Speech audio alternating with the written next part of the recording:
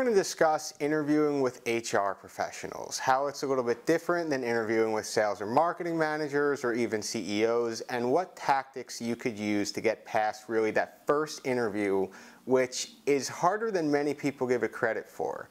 Now, let's talk about the differences between interviewing with a sales or marketing manager and really interviewing with an HR rep. HR representatives interview for a living.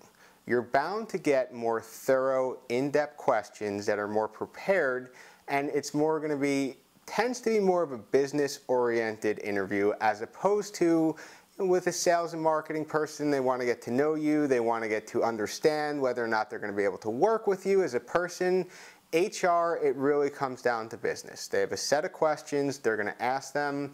They're not usually too concerned with about you as a person. They have their checklist, and it's not a very easy checklist because the questions they ask are typically very well thought out.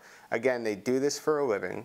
They are very well prepared, and then they also will counter with questions. So when most sales and marketing managers interview, it's very rare that they counter with questions. So you answer a question, usually you go on to the next one.